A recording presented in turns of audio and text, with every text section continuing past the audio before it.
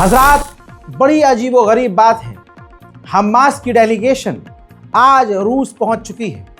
Russia में Hamas की delegation किस मकसद से जा रही है ये तो नहीं पता, लेकिन मार्केट में ये बात पहले से है कि हमास का रूस में पहुंचना किसी भी नज़रिए से इजराइल को पसंद नहीं आने वाला। हमास और रशिया मिलकर क्या काम करने वाले हैं? क्या हमास की मदद जंग में रशिया लेना चाहता है या हमास की मदद गाज़ा के अंदर रूस कुछ करेगा? ये अब देखना ही होगा, क्योंकि आज रात तक ये मीटिंग होगी और उसके बाद चीज़ें सामने आएंगी। वहीं डोनाल्ड ट्रंप ने कहा कि मैंने सुना है कि इजिप्ट और जॉर्डन गाज़ा के लोगों को नहीं लेंगे, लेकिन मुझे यकीन है, मैं ऐसा नहीं मानता कि वो मेरी बात काटेंगे। मुझे पूरा यकीन है कि वो गाज़ा के लोगों को ज़रूर लेंगे।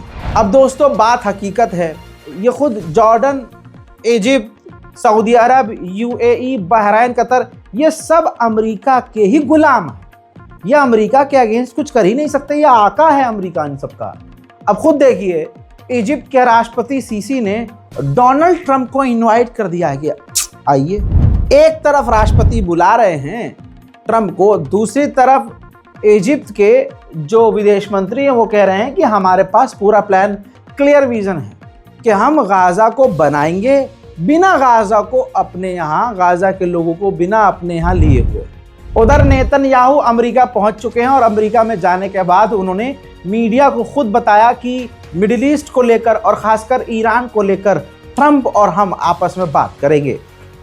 अगर बात की हो रही है तो डोनाल्ड ट्रंप ने दूसरी तरफ ये बताया है कि इजराइल से हमारी बातचीत, साथ में मिडिल ईस्ट के कई देशों के साथ हमारी बातचीत, दोस्ती को लेकर, इजराइल से नॉर्मलाइजेशन को लेकर काफ़ी सारे मिडिल ईस्ट के देशों से बातचीत बहुत अच्छी चल रही है। खबर यह आ रही है कि हमास और यानी गाज़ा और इजराइल की सेकंड फेज की डील के लिए नेतन्याहू डिले कर रहा है।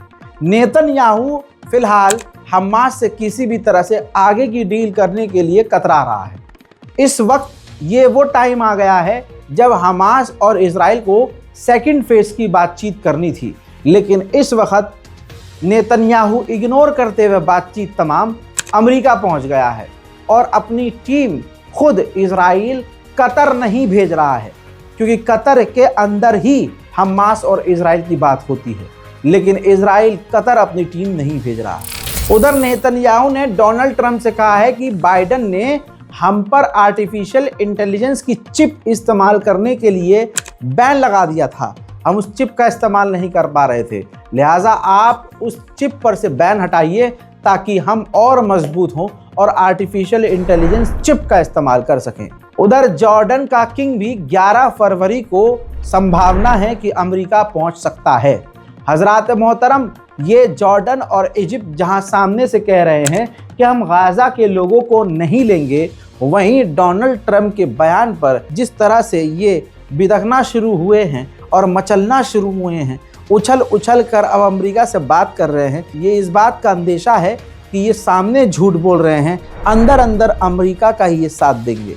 मैंने पूरे 15 महीने आपको ये बताया कि 40,000 आंकड़े हैं, 45,000 लोग मर गए हैं, और हमेशा ये बताया, ये बोलने के बाद कि इतने लोग मरे हैं, मैंने अलग से बोला कि जर्मनी और बरतानिया के मेडिकल रिकॉर्ड और ह्यूमन राइट ऑर्गेनाइजेशन के हिसाब से 1 लाख लोग मारे गए हैं।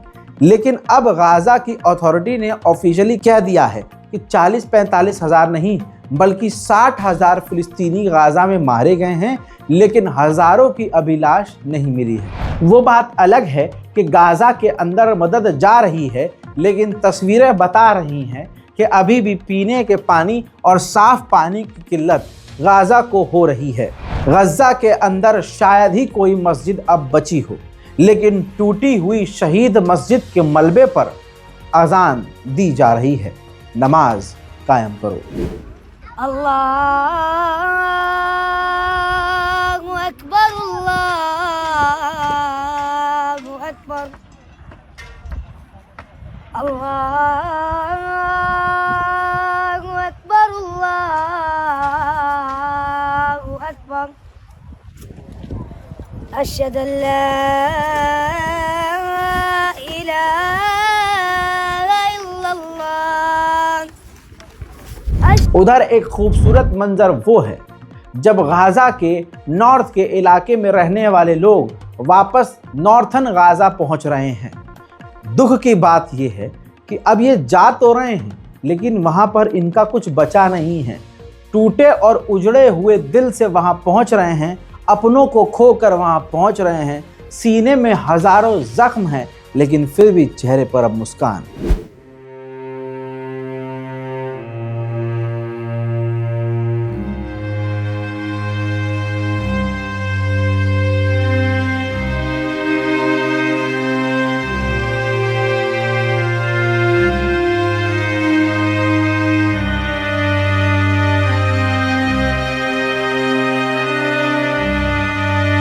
हजरात, ये तो लेटेस्ट अपडेट था, लेकिन आपको बता दूं कि दूसरे गाजा के इलाकों से ये भी अपडेट आ रहा है कि इजराइल की सेना और इजराइल गाजा में दूसरे इलाकों में फिलिस्तीनियों को घुसने से रोक रही है।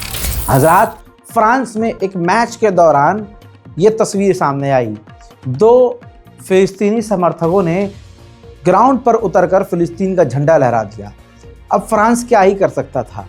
फ्रांस ने उन दोनों व्यक्तियों को जो फिलिस्तीन के समर्थक थे उनको 1 साल तक के लिए बैन कर दिया है कि अब फ्रांस में हो रहे किसी भी मैच में वो नहीं जा पाएंगे।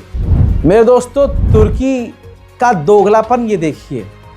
इजिप्ट और जॉर्डन गाजा के लोगों को ऑफिशियली एक्सेप्ट करने को तैयार ना हुए, लेकिन उधर तुर्की ने कह दिया कि हाँ जी, जिन गाजा और फिलिस्तीन के लोगों को इजराइल ने गाजा में घुसने से मना कर दिया और फिलिस्तीन से भी निकाल दिया, उन फिलिस्तीनियों को हम लेने को तैयार हैं। लेकिन कोई ये नहीं सोच रहा है कि यही तुर्की लेने को तैयार है फिलिस्तीनियों को, लेकिन पलटकर इजराइल से ये नहीं कह रहा है कि उनकी ज़मीन से उनको निकाल क्यों रहे हो भाई।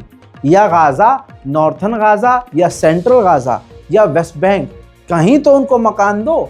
उनसे उनकी ज़मीन छीनने का क्या ही मतलब है। लेकिन नहीं, यही तो असलियत है तुर्की की।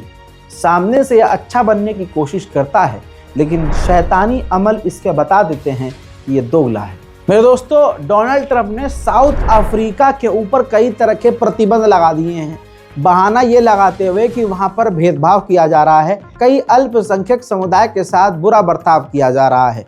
लेकिन सच्चाई ये बताई जा रही है कि डोनाल्ड ट्रंप ने बहाने से साउथ अफ्रीका पर बैन इसलिए लगाया है क्योंकि इसी साउथ अफ्रीका ने इंटरनेशनल क्रिमिनल कोर्ट में इजराइल के खिलाफ केस दर्ज किया है।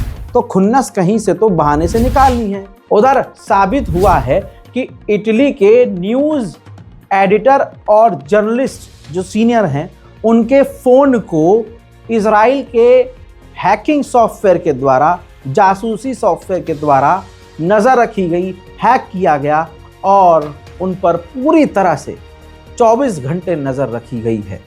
इजराइल ये कर रहा है और ये इंटरनेशनल कानून का उल्लंघन है। उधर जर्मनी और बर्तानिया के दोनों के लीडर्स ने कहा है कि इजराइल को हर हाल में 2 स्टेट सॉल्यूशन करना होगा, तभी इजराइल को सिक्योरिटी की गारंटी मिलेगी। फिलिस्तीन के समर्थन में बर्तानिया में अभी भी प्रदर्शन जारी है।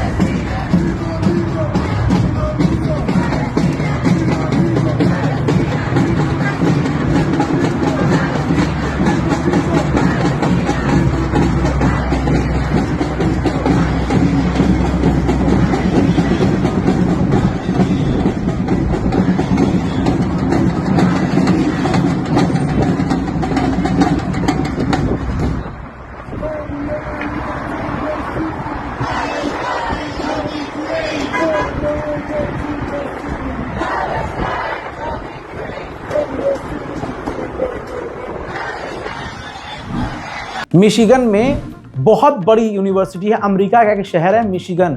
उस मिशिगन में एक यूनिवर्सिटी ऑफ मिशिगन है, बहुत बड़ी यूनिवर्सिटी है।